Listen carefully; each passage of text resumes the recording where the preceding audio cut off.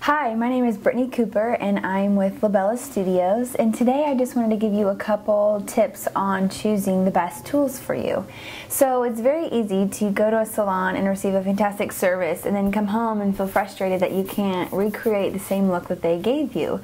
But I wanted to let you know a couple insider thoughts. So one of the great things about a salon is because it does have a lot of times a higher end product, especially their tools, but it doesn't mean you can't recreate it at home. So what I want you to do is pull all your flat irons, blow dryers, curling irons out of your drawers and take a look at them, because a lot of times if you have ones that have less power, you're typically going to have worse results. So what we need to do is to consider a couple factors. Now, I'm not asking you to go out and buy hundreds of dollars worth of tools, but just kind of tweak maybe the next time you go purchase. Look out for these things.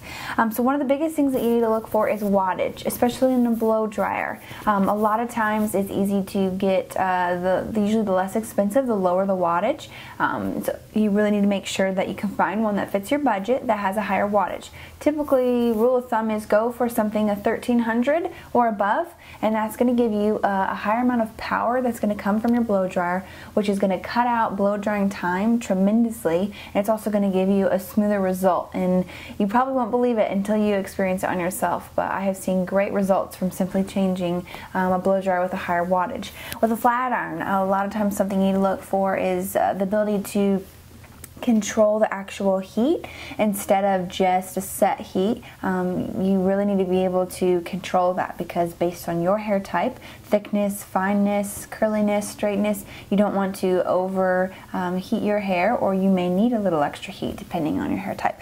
So those are things to consider. I also wanted to read you this little article I found. It was very interesting, talking about the importance of ceramics in your blow dryer, and it talks here, it was very interesting. It says cheap hair dryers are normally used metal or plastic heating elements that burn with an intense and uneven heat.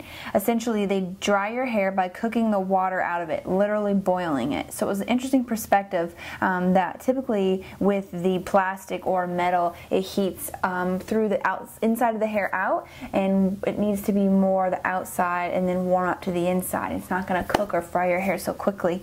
A lot of the higher end dryers use ceramic heating. Ceramic has remarkable properties of heat conduction, which you may know because of modern space heaters and similar home technology tend to use ceramic. So it is definitely a familiar material.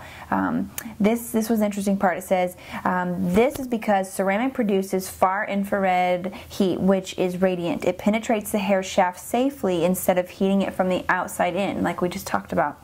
This also explains why ceramic flat irons and curling irons are the choice of professionals. So next time you're going out, two things to consider would be look for the wattage, 1300 and up, and also focus on ceramic. Don't get lost with all the ions and fluff and all the things they're trying to sell you. Just keep it simple and basic, and I'm sure this will help you achieve the look you're wanting at home. Good luck!